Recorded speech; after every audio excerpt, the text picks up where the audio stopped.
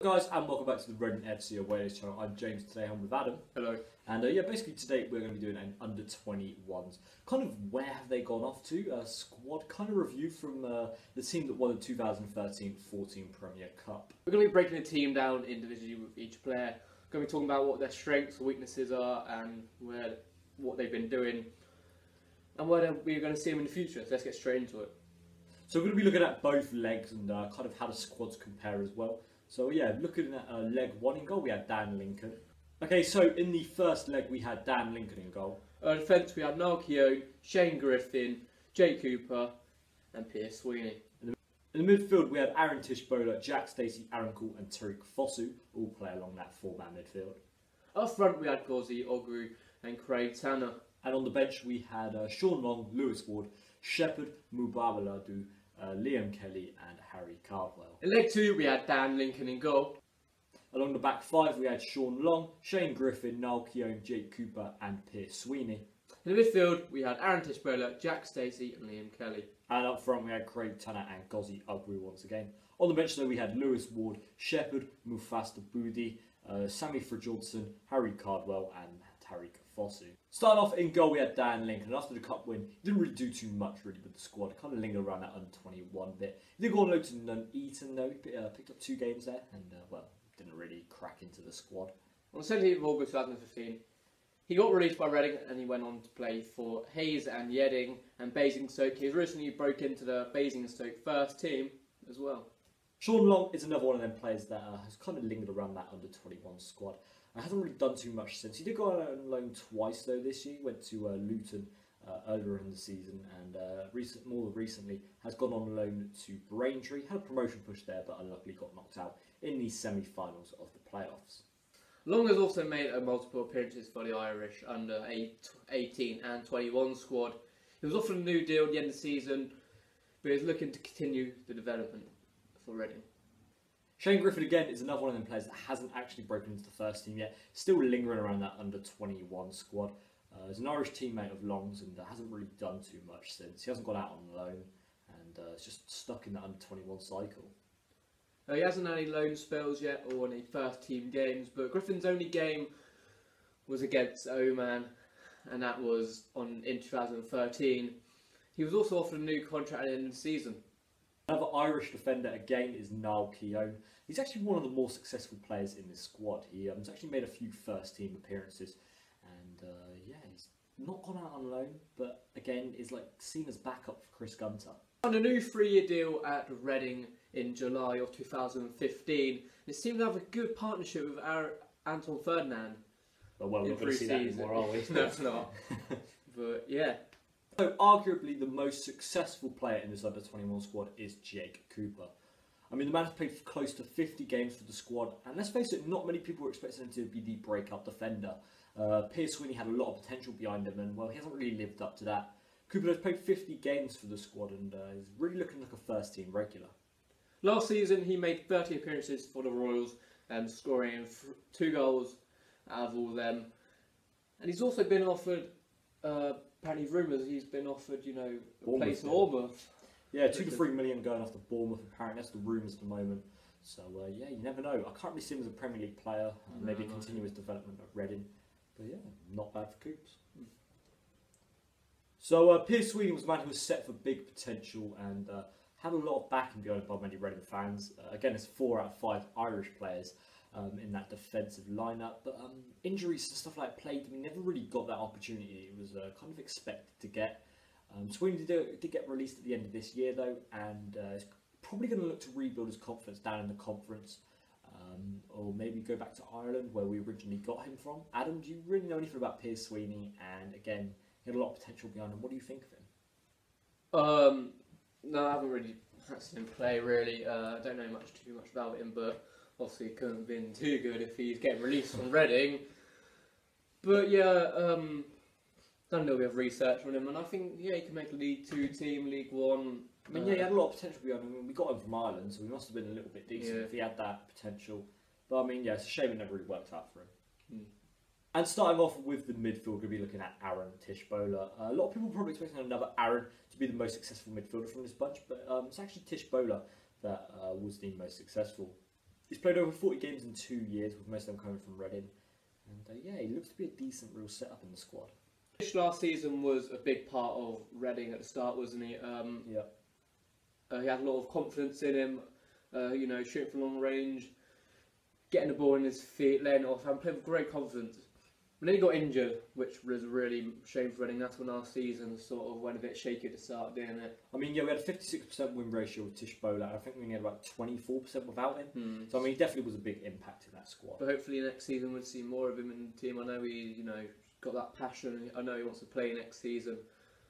So, yeah. But hopefully he can play well and hopefully he can make a difference again.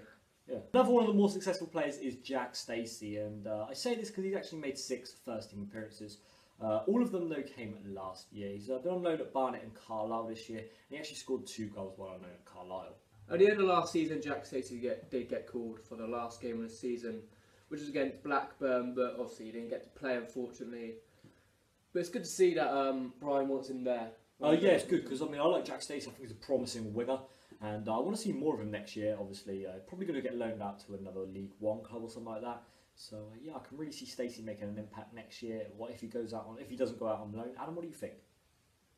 Yeah, I think if I was Brian Domer, I'd loan him out one year. I think he needs to get some experience and then hopefully come back and then he can show us what he really can do when he plays.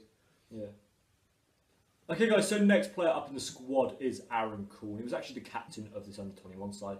A lot of people were expecting him to be the big prospect coming out of it, and he actually was showing that 2 seasons ago. He broke into the first team, making his debut at half-time against Huddersfield.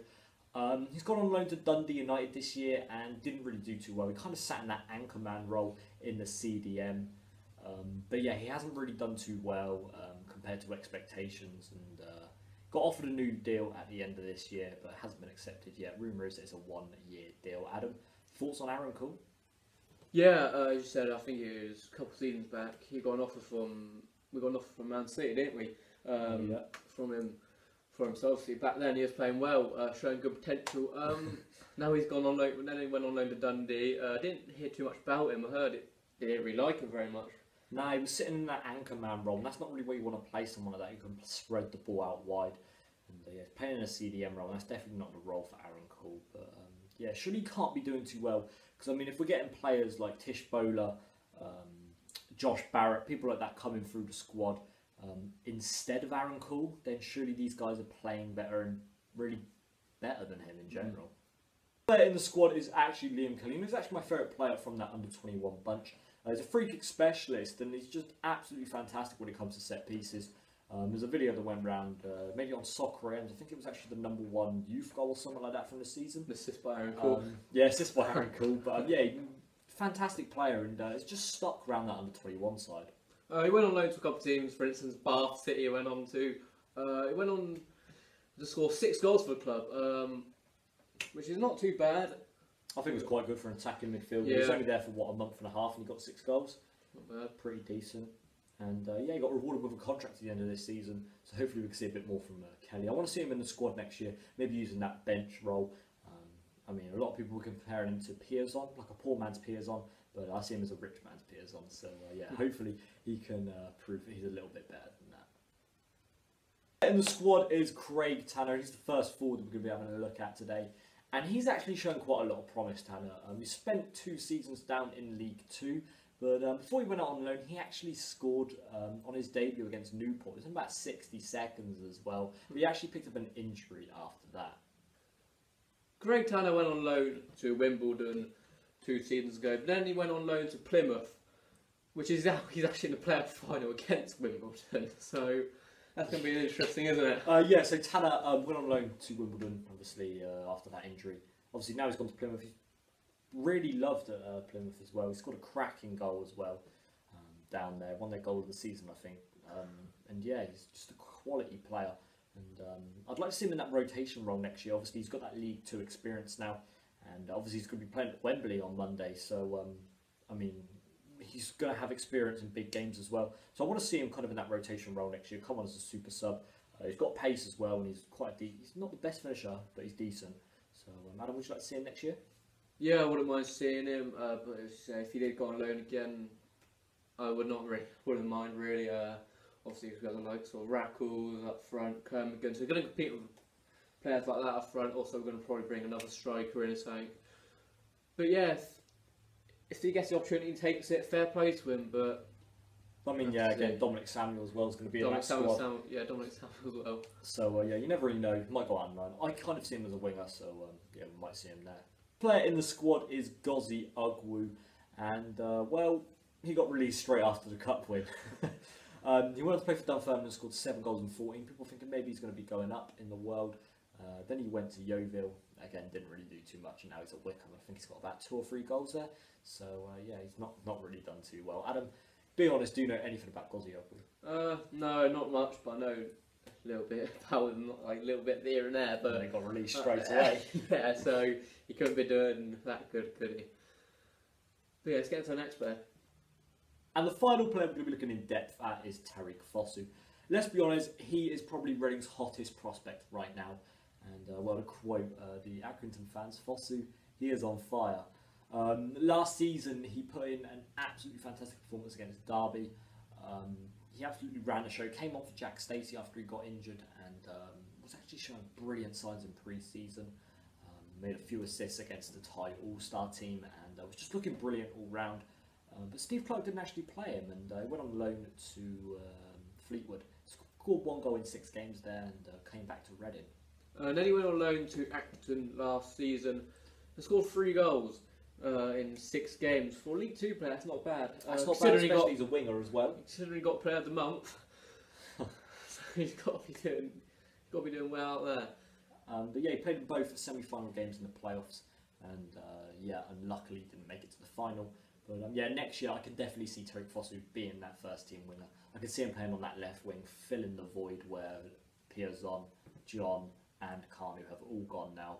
And I can definitely see Tariq Fosu playing next year for Reading. And I'll hopefully he can, because I really want to see him play again, because it's a Brilliant new prospect, yeah. Okay guys, that's going to be it for today's video. I hope you've all enjoyed it. It's kind of been a bit of a different one. Obviously we've been kind of criticising Reading rather than praising them. But yeah, based on their impact so far, just in football in general and his under-21 squad, Adam, who do you think has been the top 3 players? I'd say Jake Cooper. Yep, definitely. I mean, he's playing regularly for the Championship. Aaron Tishbola. Again, yeah, brilliant player. And Tariq Fosu. Again, yeah, I can agree with that. Personally, I would take out Fosu of that list and put in Craig Tanner, just due to him playing more games and having more experience. But apart from that, yeah, each 3 players have been, well, 4 technically. Did he win the Player of the Month? Great. Yeah, no, he didn't. But yeah, that's going to be it for today's video. I hope you've all enjoyed it, and we'll see you guys in the next one. Peace. See ya.